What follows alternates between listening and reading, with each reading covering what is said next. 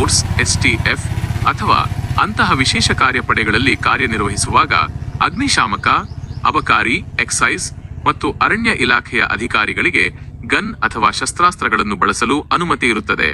ಆಯಾ ಇಲಾಖೆಗಳಲ್ಲಿ ಗನ್ ಬಳಕೆಯ ನಿಯಮಗಳು ಈ ಕೆಳಗಿನಂತಿವೆ. 1. ಅರಣ್ಯ ಇಲಾಖೆ ಫಾರೆಸ್ಟ್ ಡಿಪಾರ್ಟ್ಮೆಂಟ್. ಅರಣ್ಯ ರಕ್ಷಕರು, ಗಾರ್ಡ್, ಫಾರೆಸ್ಟರ್ ಮತ್ತು ವಲಯ ಅರಣ್ಯಾಧಿಕಾರಿಗಳಿಗೆ ಆರ್ಎಫ್ಒ ಕರ್ತವ್ಯದ ವೇಳೆ ಶಸ್ತ್ರಾಸ್ತ್ರ ಬಳಸುವ ಅಧಿಕಾರವಿದೆ. ಯಾವಾಗ ಕಾಡುಗಳ್ಳರ ವಿರುದ್ಧ ಹೋರಾಡಲು, ಶ್ರೀಗಂಧದ ಕಳ್ಳಸಾಗಣೆ ತಡೆಯಲು ಮತ್ತು ವನ್ಯಜೀವಿಗಳ ದಾಳಿಯಿಂದ ರಕ್ಷಿಸಿಕೊಳ್ಳಲು ಇವರಿಗೆ ರೈಫಲ್ ಅಥವಾ ಪಿಸ್ತೂಲ್ಗಳನ್ನು ನೀಡಲಾಗುತ್ತದೆ.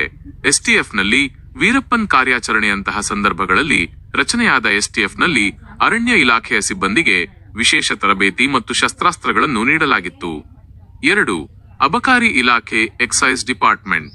ಅಬಕಾರಿ ಇಲಾಖೆಯು ಪೊಲೀಸ್ ಇಲಾಖೆಯಂತೆಯೇ ಒಂದು ಯೂನಿಫಾರ್ಮ್ಡ್ ಫೋರ್ಸ್ ಆಗಿದೆ.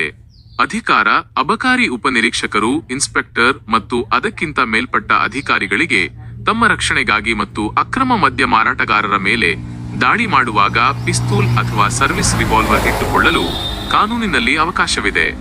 3. ಅಗ್ನಿಶಾಮಕ ಇಲಾಖೆ ಫೈರ್ ಫೋರ್ಸ್.